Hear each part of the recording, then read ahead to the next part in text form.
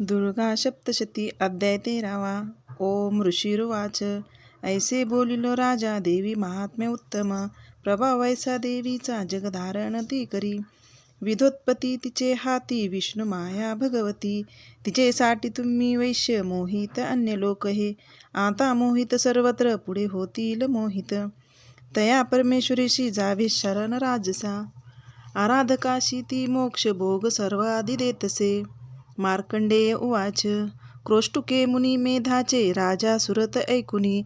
तया सुव्रतास भाग्या ऋषीस करी वंदना. ममता राजच्युतीने होता खिन्न अतिनृप. महामुने तया बोधे राजा वैश्य नदी तटी.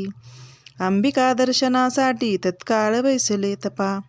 देवी सुक्त जपे वैश्य निमग्न तपसादनी.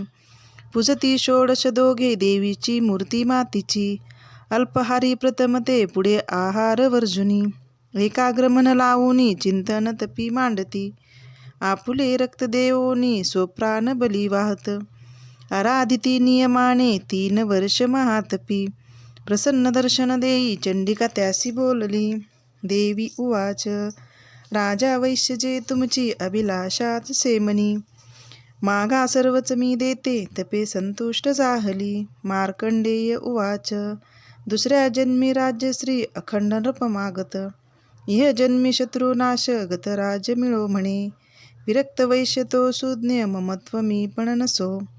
निरासक्त करी ऐसे नम्रत्वे ज्ञान मागत. देवी उवाच. राजा अल्पदिनी आता राज्य लाभेल ते तुझे.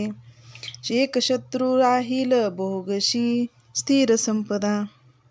तेथे मरता तू होशी विवस्वानास बालक.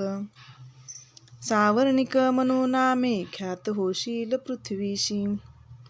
वैश्यवर्या तुझ्या चित्ती जोवर मज मागणी.